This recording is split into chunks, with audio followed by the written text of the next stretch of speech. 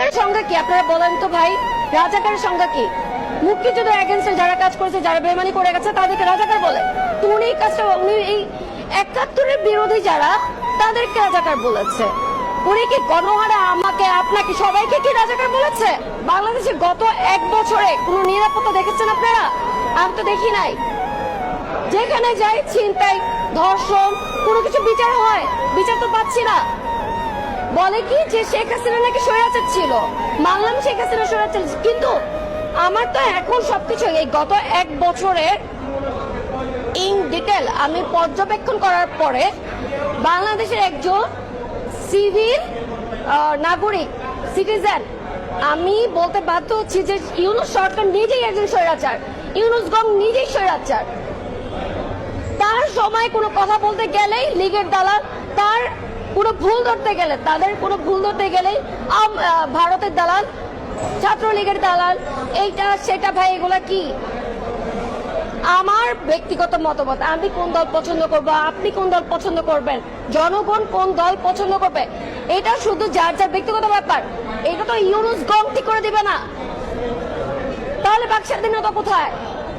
সংস্কার কোথায়? সংস্কার কি শুধুমাত্র ইউনূস সরকারের ওই কর্মকূপ আর হচ্ছে নিজের নামের মামলা তুলে নেওয়া? আমার তো মনে হয় না যে এটা কোনো সংস্কার পর্যায়ে পড়ে। ওনাকে বিশ্বাস করে ভুল করেছি, আর কিচ্ছু না, ভুল করেছি।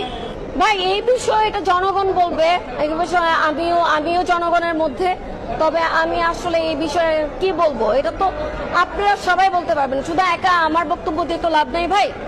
তবে কথা হচ্ছে যে যেভাবে দেশটার মধ্যে বিশৃঙ্খলা সৃষ্টি হয়েছে, যেভাবে দেশটার ধ্বংস করা হয়েছে, এই যে পিনাকি এ কি মানে যারা মুক্তিযোদ্ধা বিরোধী তাদের বিরুদ্ধে কিছু বললেই হচ্ছে দালাল। ভাই কিসের দালাল? দালাল কারে বলে?